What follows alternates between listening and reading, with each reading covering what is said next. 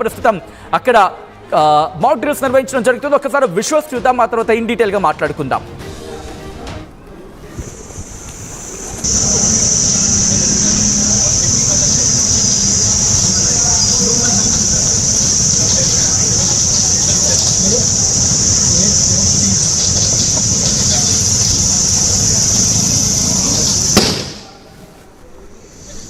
అదిగోండి మీరు చూడొచ్చు, వాళ్ళు అక్కడ మాక్ డ్రిల్ నిర్వహిస్తున్న పరిస్థితి. అంటే ఇటు మన భద్రతా బలగాలు అక్కడికి చేరుకున్నాయి. సాధారణంగా ఇటువంటి వాటిని వాళ్ళు టార్గెట్ చేసుకుంటూ ఉంటారు. అంటే సెంట్రల్ ఇన్స్టిట్యూషన్స్, దాంతోపాటు టెక్నాలజికల్ ఇన్స్టిట్యూషన్స్, వాటితో పాటు డిఫెన్స్కి యూజ్ అయ్యే, డిఫెన్స్కి అసోసియేటెడ్గా ఉన్న సెంట్రల్ ఇన్స్టిట్యూషన్స్ని వాళ్ళు టార్గెట్ చేస్తూ ఉంటారు. ఇటువంటి నేపథ్యంలోనే ప్రస్తుతం ఇటు ఇస్రో కూడా సిద్ధమవుతోంది. ఇస్రో కూడా ఎటువంటి ఇబ్బందికర వాతావరణం ఉన్న వాటిని ఎదుర్కొనేందుకు కేంద్ర బలగాలు, భద్రతా బలగాలు అక్కడికి చేరుకున్నాయి. మాక్ డ్రిల్ నిర్వహించడం జరుగుతోంది. మీరు చూడొచ్చు అక్కడ ఎటువంటి పరిస్థితి ఉన్నాయనేది. మా మేనేజింగ్ ఎడిటర్ చంద్రమౌళి కూడా మనకి ఫోన్లో అందుబాటులో ఉన్నారు. చంద్రమౌళి గారు, ప్రస్తుతం ఇస్రో దగ్గర కూడా మాక్ డ్రిల్స్ జరుగుతున్నాయి. ఇక్కడ కూడా టార్గెట్లో ఉందా? ఇస్రో కూడా టార్గెట్లో ఉందా? ఈ అంశానికి సంబంధించి కేంద్రం ఎటువంటి ఆలోచనతో, ఎటువంటి ఆలోచనతో ముందుకు వెళ్ళే సిచ్యువేషన్ ఉంది? సచిన్, మనకు చాలా స్పష్టమైన ఇన్ఫర్మేషన్ ఉంది. శ్రీహరికోటలో ఉన్న సతీష్ ధావన్ స్పేస్ సెంటర్ దగ్గర భారీ భద్రత పెంచారు. అక్కడ లోకల్ పోలీసులు కాకుండా కేంద్ర బలగాలు, అంటే మరింత కట్టుదిట్టం చేయాలని స్థానిక పోలీసుల సపోర్ట్ తీసుకుంటున్నారు. దాంతోపాటు కేంద్ర బలగాలు ఇప్పుడు ఆ చుట్టూ కూడా భారీ భద్రతను జరుపుతున్నారు. అటువైపు ఎవరిని అలౌ చేయటం లేదు. దాంతోపాటు మనకు నెల్లూరు పక్కనే బంగాళాఖాతం ఉంది. సముద్రంలో కూడా భారీగా గస్తీ పెంచారు. దానికి సంబంధించిన విజువల్స్ కూడా మనకు వస్తున్నాయి. అలాగే శ్రీహరికోటతో పాటు మొత్తం ఇస్రోకి 11 కేంద్రాలు ఉన్నాయి. బెంగళూరుతో పాటు, లూధియానాతో పాటు మొత్తం 11 కేంద్రాల్లో కూడా అన్నిటి కూడా హెడ్ క్వార్టర్ మనకు శ్రీహరికోటలో ఉంది. అందుకని చెప్పి దీన్ని చాలా పటిష్టమైన భద్రతను, ఒక ఫోర్టిఫైడ్ చేశారు. దాంతోపాటు ఇప్పుడు చూడాలి మనం, ఎందుకంటే వాళ్ళకి అర్థమవుతుంది శ్రీహరికోట సతీష్ ధావన్ అంతరిక్ష కేంద్రం చాలా కీలక పాత్ర పోషిస్తోంది.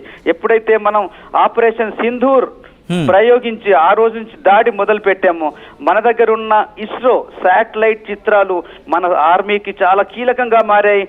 టెర్రరిస్టు క్యాంపుల్ని గుర్తించడంలో కావచ్చు, అక్కడి సైనిక బలగాల కదలికలను గుర్తించడంలో మన ఆర్మీకి చాలా కీలకంగా సమాచారం అందిస్తోంది మన నెల్లూరులో ఉన్న శ్రీహరికోటలో ఉన్న సతీష్ ధావన్ అంతరిక్ష కేంద్రం. అందుకని పాకిస్తాన్ సైన్యం ఈ సతీష్ ధావన్ అంతరిక్ష కేంద్రాన్ని టార్గెట్ చేసే అవకాశం ఉంది, అలాంటి ప్రమాదం ఉందని చెప్పి ఇంటెలిజెన్స్ రిపోర్ట్స్ వచ్చాయి. దీంతో వెంటనే అక్కడి కేంద్ర బలగాలను పంపించింది మన కేంద్ర ప్రభుత్వం. ఇప్పుడు దాన్ని ఒక కట్టుదిట్టమైన భద్రత నడుమ కాపాడుతున్నారు సచిన్. రైట్ మౌళి గారు, ఒక్కసారి మీరు లైన్లో ఉండే ప్రయత్నం చేయండి. శ్రీహరికోట దగ్గర ఎటువంటి మాక్ డ్రిల్స్ నిర్వహిస్తున్నారో మీరు చూస్తున్నారు. ఇక్కడ పాకిస్తాన్ దుష్ట పన్నాగాలను తిప్పికొట్టేందుకు భారత్ సిద్ధమవుతోంది. ఎందుకు ఈరోజు ఈ మాట మాట్లాడుకుంటున్నామంటే, 2 రోజుల నుంచి జరుగుతున్న డెవలప్మెంట్స్ వీటికి ప్రత్యేకమైన పాత్ర పోషిస్తున్నాయి. వాటిని చెప్పే ప్రయత్నం చేస్తాను. మరి ముఖ్యంగా టర్కీ నుంచి, చైనా నుంచి తెప్పించుకున్న కొన్ని వ్యవస్థలు ఉన్నాయి.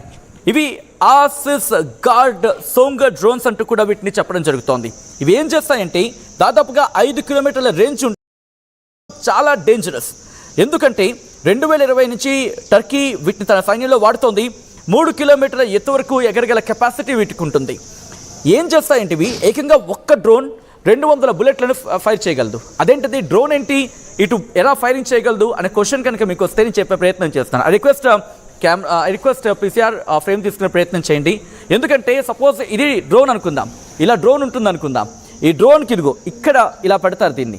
ఇది డ్రోన్ అనుకుంటే ఇలా డ్రోన్ ఉంది కదా, ఈ డ్రోన్కి ఇలా ఫిక్స్ చేయడం జరుగుతుంది, ఒక చోట ఫిక్స్ చేయడం జరుగుతుంది.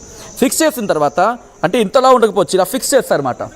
ఇది నా పెన్ ఉంది కదా, నా పెన్ చూస్తున్నారు కదా, ఇలా ఫిక్స్ చేస్తారు. ఇదేం చేస్తుందంటే టార్గెట్ని చూసుకుంటూ ఉంటుంది. ఈ టార్గెట్ని ఇలా చూసుకొని ఆ టార్గెట్ని ఫైర్ చేస్తుంది అన్నమాట. సో దీనివల్ల ఏమవుతుందంటే, దీనివల్ల ఏం జరుగుతుంది, ఈ డ్రోన్కి ఇచ్చే కమాండ్ నేపథ్యంలో వీటిని మాన్యువల్గా మళ్ళీ వీటిని ఆపరేట్ చేయొచ్చు ఒక కమాండ్ కంట్రోల్ రూమ్ లాంటి దాని నుంచి. ఎప్పుడైతే ఇలా టార్గెట్ని చూసుకొని ఫైర్ చేస్తుందో, సో శత్రువుకి సంబంధించి, అంటే మానవరహిత కాబట్టి ఒకవేళ డ్యామేజ్ అయినా ఇబ్బంది ఉండదు. కానీ మనుషుల్ని చంపగలిగే సత్తా ఈ డ్రోన్స్కి ఉంటూ ఉంటాయి. వీటిని టర్కీ వాడుతోంది. ఒకసారి విజువల్స్కి వెళ్ళే ప్రయత్నం చేద్దాం. సతీష్ ధావన్ స్పేస్ సెంటర్తో పాటు అక్కడ జరుగుతున్న ఆ మాక్ డ్రిల్కి సంబంధించి ఏం జరిగే అవకాశం ఉంటుందంటే, ఇక్కడ yeah right another big breaking news చూస్తున్నారు. War breaking news, interesting breaking news ఇది. భారత్ దాడిలో లష్కరే జైషేకు చెందిన టాప్ 5 ఉగ్రవాదులు హతమయ్యారు. హఫీజ్ మహమ్మద్ జమాల్ తో పాటు మహమ్మద్ హసన్ ఖాన్ ని కూడా చంపేసింది భారత్. ముదాసర్ ఖదియాన్ ఖాన్ వీళ్ళకి సంబంధించి కూడా భారత్ దాడిలో లష్కరే జైషేకు చెందిన టాప్ 5 ఉగ్రవాదులు హతమైన బ్రేకింగ్ న్యూస్ చూస్తున్నారు. హఫీజ్ సయ్యద్ అనుచరులతో పాటు లష్కరే తోయిబాకి సంబంధించిన మరికొంతమందిని చంపేసింది భారత్. ఆ బ్రేకింగ్ న్యూస్ చూస్తున్నారు. హఫీజ్ మహమ్మద్ జమాల్, మహమ్మద్ యూసఫ్ అజార్ జైషే మహమ్మద్ కు చెందిన ఇద్దరిని చంపేసింది. మహమ్మద్ హసన్ ఖాన్ పిఓకేలో జైషే కమాండర్ ఇతగాడు, వీణు కూడా వేసేసింది. ముదాసర్ ఖదియాన్ ఖాస్ తో పాటు ఖలీద్ అబూ అకాసా వీళ్ళిద్దరూ కూడా లష్కరే తోయిబాకు చెందిన వాళ్ళు. వీళ్ళిద్దరిని కూడా భారత్ వేసేసింది. భారత్ దాడిలో లష్కరే జైషేకు చెందిన టాప్ 5 ఉగ్రవాదులు హతమయ్యారు. దానికి సంబంధించిన బిగ్ బ్రేకింగ్ న్యూస్ చూస్తున్నారు. కొద్దిసేపటి క్రితం, ఇన్ఫాక్ట్ కొద్ది గంటల క్రితం భారత్ అడిగింది అంటే క్షమించాలి, మన జర్నలిస్టులు అడగడం జరిగింది కేంద్ర ప్రభుత్వాన్ని, ఎవరెవరు ఉన్నారో లిస్టులో అంటే కనుక కొద్ది గంటలు రిలీజ్ చేస్తా ఉంటే చెప్పుకొచ్చారు. ఈ నేపథ్యంలో ఆ ఇన్ఫర్మేషన్ బయటకు వచ్చింది. ఆ ఇన్ఫర్మేషన్ మీకు చెప్పే ప్రయత్నం జరుగుతోంది. మా ప్రతినిధి కృష్ణమోహన్ అప్డేట్స్ అందించేందుకు సిద్ధంగా ఉన్నారు. కృష్ణమోహన్, బిగ్ బ్రేకింగ్ న్యూస్ కింద చూడాలి, ఎందుకంటే పాకిస్తాన్కు చెందిన 5 దుర్మార్గుడిని, 5 రాక్షసుల సంహారానికి సంబంధించి మనం మాట్లాడుకుంటున్నాం. ఎటువంటి కీలక భూమిక పోషించింది, ఎటువంటి టార్గెట్తో వీళ్ళని వేసేయడం జరిగింది భారత్? కృష్ణమోహన్. ఎస్ సచిన్, 7వ తారీఖున మే 7న జరిగిన అర్ధరాత్రి జరిగిన దాడి, కరెక్ట్గా 1:44 స్టార్ట్ అయిన ఆపరేషన్ సింధూర్, మొదటిగా స్టార్ట్ అయిన ఆపరేషన్ సింధూర్ ఏదైతే స్టార్ట్ అయిందో ఆ రోజు జరిగిన దాడుల్లో పూర్తిగా 9 స్థావరాల మీద పాక్ వైమానిక దళాలు దాడి చేసిన పరిస్థితి మనం మర్చిపోకూడదు. ఈ దాడిలో దాదాపుగా 5 మంది ఉగ్రవాద సంస్థలకు సంబంధించిన టాప్ లీడర్స్ చనిపోయారు. వాళ్ళ బంధువుల సంగతి నేను చెప్పట్లేదు, కేవలం నాయకులుగా గుర్తించబడిన 5 మంది చనిపోయిన పరిస్థితి అయితే ఉంది. వీళ్ళలో హఫీజ్ అహ్మద్ జమాల్, జైషే అహ్మద్కి సంబంధించిన